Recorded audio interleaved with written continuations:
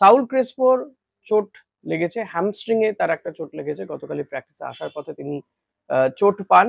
গতকাল আর প্র্যাকটিস করেননি। তো তার এমআরআই করা হয়েছে। এখনো পর্যন্ত রিপোর্ট পাওয়া যায়নি। তবে যেটা জানা যাচ্ছে যে তার ইনজুরি অতটা সিরিয়াস নয়। He will be available for super cup. তো সাউল ক্রেসপোকে সুপার কাপে পাওয়া যাবে। কোথাও সমস্যা হওয়ার কথা নয়। এটা ঠিক হয়তো তাকে প্রথম ম্যাচে 90 মিনিটস নাও খেলানো হতে পারে। এখন শুরুর দিকে না শেষের দিকে তাকে নামানো হবে নাকি কিছুটা মাঝখানে শুরুতে নামিয়ে যদি ইস্ট বেঙ্গল জেতার মতন পজিশনে থাকে তারপর তাকে তুলে নেওয়া হবে, এটা তো কোচের ডিসিশন। তো অস্কার ব্রুজো উইল ডিসাইড।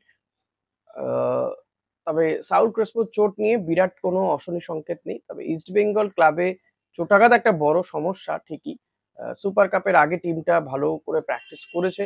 হাতে আর কয়েকটা দিন বাকি রয়েছে। 19 তারিখে ইস্ট বেঙ্গল উড়িষ্যার উদ্দেশ্যে রওনা দেবে। তার আগে সাউল ক্রেসপোর চোটটা একটু অন্তত চিন্তা বাড়ায় বইকি। এমআরআই এলে আরো বিষয়টা বিস্তারিত জানা যাবে, বোঝা যাবে ঠিক কি কন্ডিশনে রয়েছেন সাউল ক্রেসপো।